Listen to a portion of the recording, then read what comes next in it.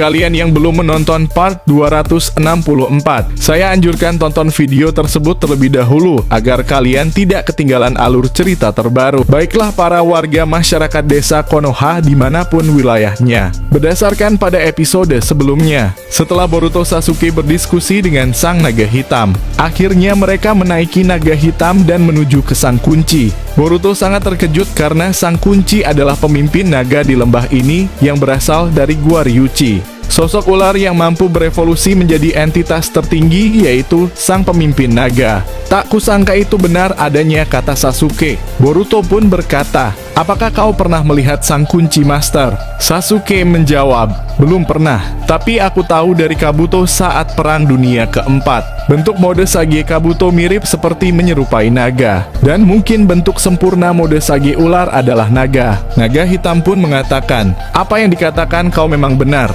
tapi tidak mudah untuk menjadi mode Sage naga. Dan selama aku hidup, hanya ada 2 orang yang bisa melakukannya. Dan salah satunya adalah Hashirama Senju. Jika ingin mendapatkannya, kau harus melakukan latihan yang berat. Bahkan aku yakin, tidak ada orang yang tahu tentang mode Sage naga." Sasuke pun terkejut dan menjawabnya, "Apa? Hashirama Senju? Sungguh tidak bisa dipercaya. Kami adalah penduduk dari desa yang dipimpin oleh Hashirama, tapi dia sudah meninggal lama sekali. Dari percakapan mereka rahasia besar terbongkar. Ternyata Hashirama selama ini menggunakan mode Sage naga, di mana para shinobi di dunia sangat sedikit pengetahuan tentang Hashirama. Namun Boruto dan Sasuke sudah dekat dan akan mengetahui tentang mode Sage naga, yang selama ini dipakai oleh Hashirama yang dijuluki Dewa Shinobi." Tapi sang naga hitam berkata, "Memang benar Hashirama bisa menggunakan mode Sage naga dan menjadi orang terkuat di masanya, bahkan dijuluki Dewa Shinobi. Aku tahu karena dia pernah mengunjungi tempat ini sebelum dia meninggal. Tapi Hashirama belum bisa menguasai mode Sage secara sempurna. Walaupun begitu, dia BSIA menggabungkan dengan elemen kayu yang dia kuasai." Dan tiba-tiba mereka sampailah ke tempat sang kunci berada. Boruto dan Sasuke sangat terkejut. Mereka melihat naga putih di depan mereka. Bahkan yang membuat mereka kaget adalah karena ukuran sang kunci atau pemimpin para naga sangat besar. Bahkan sebesar jubi ekor 10. "Ini benar-benar sangat luar biasa," kata Boruto. "Kemudian daripada itu kita ke tempat Kawaki yang masih berhadapan dengan Toneri. Sepertinya kau takkan membiarkanku pergi dari sini, Kawaki," kata Toneri. Kawaki berkata, "Tentu saja, apalagi kau ada hubungan dengan Boruto. Maka lebih baik aku melenyapkan kau dari muka bumi ini. Dan sebelum aku menghabisimu, katakan di mana Boruto berada." Toneri pun mengeluarkan cakra hijau jauh lebih besar daripada sebelumnya, dan mengeluarkan tongkat hitam namun bukan Nunoboko. Kawaki berkata, "Baiklah, aku akan menerima tantanganmu." Kawaki maju dan mengeluarkan tinju api seperti Akainu. Dia meninju dari jarak jauh, dan tinju api keluar seperti peluru menyerang Toneri. Toneri dengan cepat menahan semua serangan tinju api Kawaki dengan tongkat saktinya. Bahkan tongkat sakti Toneri bisa memanjang seperti keras sakti. Dia kemudian memukul Kawaki dengan memanjangkan tongkatnya. Kawaki berkali-kali menghindarinya. Tapi karena Toneri sangat lincah dalam menggunakan tongkat, dia seperti sedang menari dalam pertarungan. Sangat mirip seperti Jigen saat melawan ratusan Bunshin Naruto. Kawaki pun terkena pukulan tongkat Toneri bertubi-tubi. Walaupun begitu, Kawaki masih bisa berdiri. Toneri pun tidak hanya menyerang dengan teknik itu saja. Dia menyalurkan cakra Tensegan ke tongkatnya, menjadikan tongkat Toneri berwarna hijau. Dan serangan ke tubuh Kawaki menghasilkan demeg yang besar. Kawaki kesakitan dan berkata, "Sialan, serangannya semakin berat dan panas. Aku harus bisa mendekatinya." Kawaki pun masuk ke dalam tanah menggali lubang tutup lubang untuk mendekati Toneri dari bawah tanah. Toneri berkata, "Singa yang mencoba bersembunyi." Dan tiba-tiba Kawaki muncul dari belakang Toneri. Toneri pun mencoba mundur, tapi dia kaget. Kakinya tidak bisa digerakkan. Itu dikarenakan Kawaki memegang kaki Toneri dari dalam tanah. Kawaki menggunakan Bunshin untuk mengoceh Toneri. Kawaki pun yang sudah keluar meninju Toneri dengan tinju apinya. Toneri terpental jauh menabrak gunung besar. "Rasakan itu, sialan," kata Kawaki. Kawaki pun menunggu Toneri bangkit. Namun beberapa lama Toneri tidak menunjukkan batang hidungnya. Kawaki semakin penasaran. Ada apa dengannya? Apakah dia sudah kalah? Ini benar-benar tidak lucu. Betapa lemahnya dia ternyata, kata Kawaki. Kawaki pun mendekati Toneri di pegunungan. Dia melihat Toneri terkapar. Kemudian Kawaki mengangkat tubuh Toneri. Dan ternyata Kawaki sangat terkejut, karena yang dia serang adalah boneka manekin.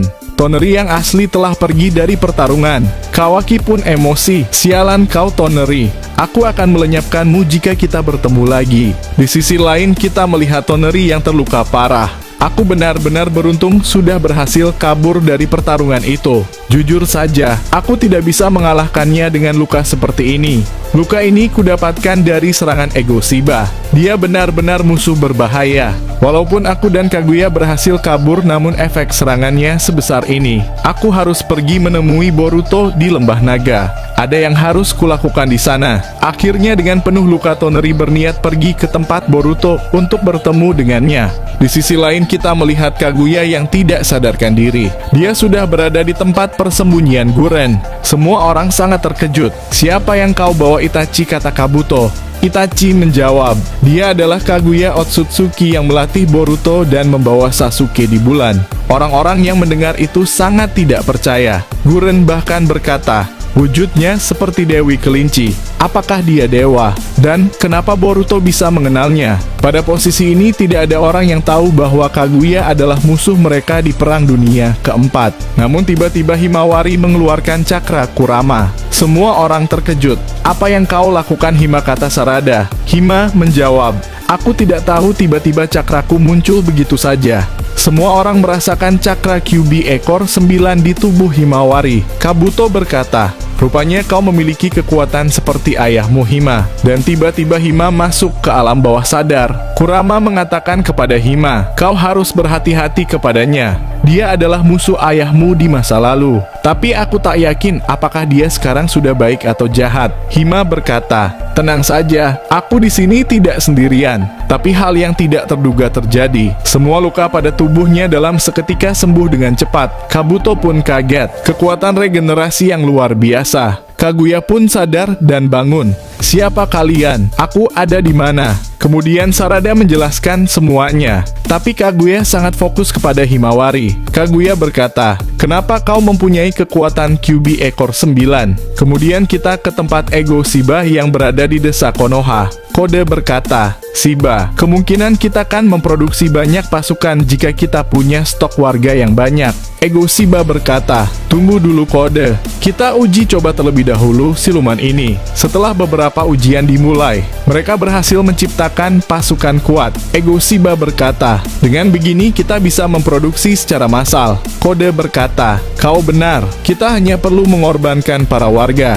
Jika perlu aku akan mencari dari luar Konoha. Ternyata mereka telah berhasil menciptakan Jubi Mini yang jauh lebih sempurna. Dan akan membuat pasukan Jubi Mini untuk melawan King Boruto yang akan mengambil alih desa Konoha suatu saat nanti. Di sisi lain kita ke tempat Boruto dan Sasuke berada, di mana mereka bersama naga hitam mendekati sang kunci pemimpin lembah naga. Dia naga yang sangat besar. Kau tidak percaya akan bertemu hewan suci di sini, kata Boruto. Sang naga putih pun mengatakan, jadi kalian datang ke sini atas perintah dari Toneri dan Kaguya. Sasuke berkata, itu benar. Bahkan kami tidak dijelaskan dengan detail kenapa kami harus bertemu dengan sang kunci atau lebih tepatnya sang pemimpin lembah naga. Sang naga putih berkata, aku sudah mengenal mereka sejak lama. Dan alasan kenapa kalian harus bertemu denganku, karena akan ada perang besar terjadi. Musuh dari luar bumi akan mencoba menghancurkan bumi ini. Tapi mungkin dia memang sudah ada di bumi dengan bentuk yang berbeda.